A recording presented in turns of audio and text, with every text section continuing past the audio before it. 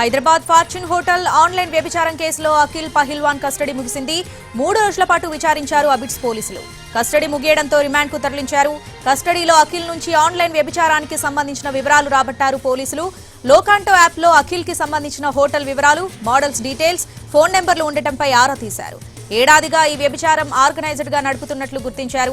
ఇంకా ఈ బిజినెస్ లో ఎవరెవరున్నారనే వివరాలు సేకరించారు పోలీసులు. ఇక పూర్తి అప్డేట్స్ మా ప్రతినిధి రాధాకృష్ణ లైవ్ లో అందిస్తారు. రాధాకృష్ణ, ఈ 3 రోజుల కస్టడీలో అఖిల్ నుంచి ఎట్లాంటి వివరాలు రాబట్టారు పోలీసులు? డీటెయిల్స్ ఏంటి? శ్రావణి, ఈ ఆన్లైన్ వ్యభిచారం కేసుకు సంబంధించిన అంశము తీవ్ర సంచలనం సృష్టించిందని చెప్పుకోవచ్చు. ఎందుకంటే ఒక పెద్ద హోటల్లో, అది కూడా ఫార్చ్యూన్ లాంటి హోటల్లో ఈ ఆన్లైన్ వ్యభిచారం నిర్వహిస్తున్న వైనాన్ని టాస్క్ ఫోర్స్ పోలీసులు గుట్టురట్టు చేసి వాళ్ళందరినీ కూడా అరెస్టు కూడా చేయడం జరిగింది. ఇందులో 6గురికి పైగా కూడా వీటిలను అరెస్ట్ చేశారు. అలాగే 8 మందికి పైగా కూడా అమ్మాయిలని రెస్క్యూ చేసి తరలించడం జరిగింది. ఈ ఘటనకు సంబంధించిన అంశంలో అఖిలేష్ ని అదుపులోకి తీసుకుని విచారించగా ఇతను దాదాపు ఏడాదిగా ఈ మొత్తం వ్యవహారాన్ని నడిపిస్తున్నట్లుగా గుర్తించడం జరుగుతోంది. ఆన్లైన్లో ప్రధానంగా లోకాంటో యాప్ ద్వారా ఇతను మొత్తం కూడా ఈ వ్యవహారాన్ని నడిపిస్తున్నట్లు కూడా గుర్తించడం, అలాగే ఇతనితో పాటు చాలా మంది సినిమా ఇండస్ట్రీకి సంబంధించిన వాళ్ళతోటి ఫోటోలు ఉండడం, ఇవన్నీ కూడా కలకలం రేపాయి. అసలు ఈ అఖిలేష్ ఎవరు, ఎందుకు ఇంత పెద్దగా ఇతను వ్యభిచారాన్ని ఆన్లైన్ల ద్వారా నిర్వహిస్తున్నాడన్న దానికి సంబంధించి మొత్తం కూడా దర్యాప్తు చేపట్టిన పోలీసులు ఇతన్ని 3 రోజుల పాటు కస్టడీలోకి తీసుకుని ఇతని నుండి చాలా వరకు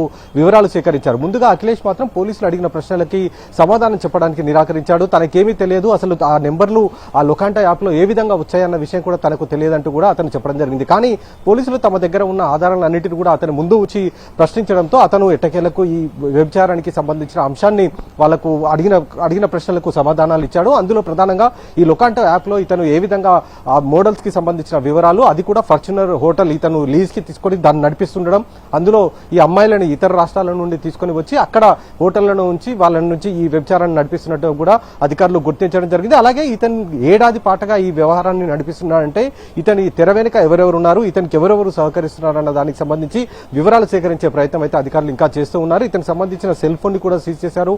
అలాగే కాల్ డేటాను కూడా తెప్పిస్తున్నారు. కాల్ డేటాలో చివరిగా ఇతను మాట్లాడింది ఎవరెవరితోటి ఇతను చాటింగ్లు చేశారు అనేది మొత్తం కూడా వివరాలు సేకరించే ప్రయత్నం ఒకవైపు చేస్తున్నారు. 3 రోజుల పాటు కస్టడీ ముగియడంతో నిన్న రాత్రి అతన్ని రిమాండ్ కు తరలించడం జరిగింది. శ్రావణి.